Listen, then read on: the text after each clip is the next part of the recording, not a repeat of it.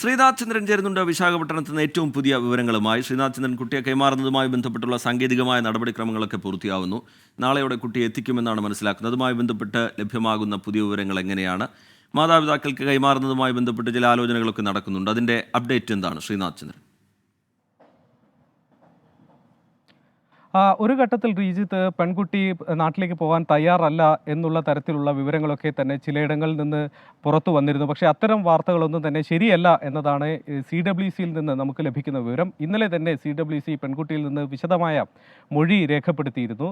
അതിൽ പെൺകുട്ടി കൃത്യമായി തന്നെ തനിക്ക് മടങ്ങിപ്പോകുന്നതിൽ യാതൊരു ബുദ്ധിമുട്ടുമില്ല, സന്തോഷവതിയാണ് എന്ന് അറിയിച്ചിട്ടുള്ളതാണ്. അതിനുശേഷം പെൺകുട്ടിയെ ഒരു കൗൺസിലിങ്ങിനും CWC വിധേയമാക്കിയിട്ടുണ്ട്. ഈ വിവരം കേരളത്തിലെ CWCയെയും ഇവർ അറിയിച്ചിട്ടുണ്ട്. അങ്ങനെയെങ്കിൽ പോലീസ് സംഘം എത്തിയാൽ പിന്നീട് വലിയൊരു നടപടിക്രമങ്ങളൊന്നും അവിടെയില്ല. പോലീസ് കുട്ടിയെ ഏറ്റെടുക്കുന്നതുമായി ബന്ധപ്പെട്ടുള്ള രേഖകളിൽ ഒപ്പുവെക്കണം. അതിനുശേഷം പെൺകുട്ടിയുമായി ബന്ധപ്പെട്ട് ഇവരുടെ പക്കലുള്ള രേഖകൾ കൂടി കൈമാറണം. പെൺകുട്ടിയുടെ രക്ഷിതാക്കൾ ആരാണ് എന്ന് തെളിയിക്കുന്ന അടക്കമുള്ള രേഖകൾ സ്വാഭാവികമായും CWCക്ക് കൈമാറണം. അതിനുശേഷം വളരെ വേഗത്തിൽ തന്നെ നടപടിക്രമങ്ങൾ പൂർത്തിയാക്കി പെൺകുട്ടിയെ ഈ കേരളത്തിൽ നിന്ന് എത്തിയിട്ടുള്ള പോലീസ് സംഘത്തിന് കൈമാറും. ഇന്ന് രാവിലെ 6 മണിയോടെ പോലീസ് സംഘം വിജയവാഡയിൽ എത്തിയതാണ്.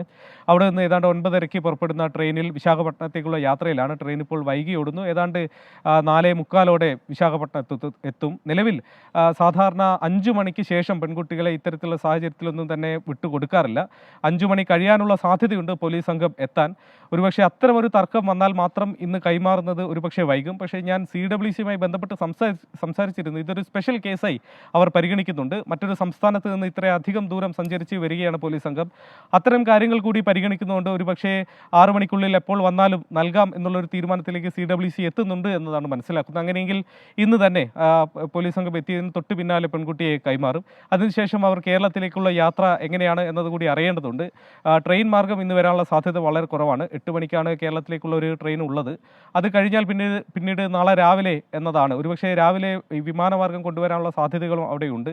ആ വിവരങ്ങൾ പോലീസിൽ നിന്ന് ലഭിക്കേണ്ടതുണ്ട്. ഏതായാലും ഇന്നിപ്പോൾ പെൺകുട്ടിയെ കിട്ടിയ ശേഷം ഒരുപക്ഷെ ഇന്ന് ഇവിടെ തന്നെ തുടരാനാകും സാധ്യതയുള്ളത്.